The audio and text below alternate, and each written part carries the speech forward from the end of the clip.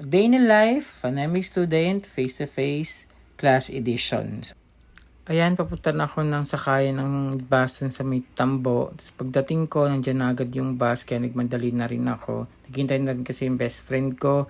Tapos yan, nagkikwentuhan lang kami dyan tungkol sa mga buhay-buhay. Tapos sumakay kami ng tricycle papunta dun sa schools.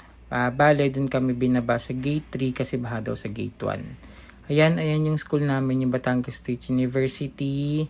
Ayan, tapos yung room namin is under 6th floor. So ito yung view ng 6th floor under EAB dun sa Emilio Aguinaldo building.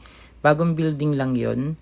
Tapos ayan, ito naman yung 360 view. Bali yung window kasi ng EAB ay glass kaya kitang-kita yung 360 view ng school.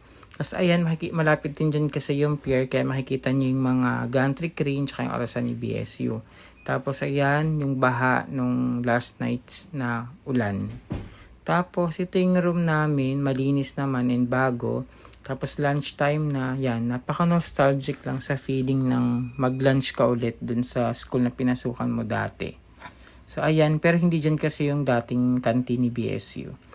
Tapos, second subject, nag-assign na ulit ng topic. So, napunta sa akin yung asset management dun sa isa kong major subject.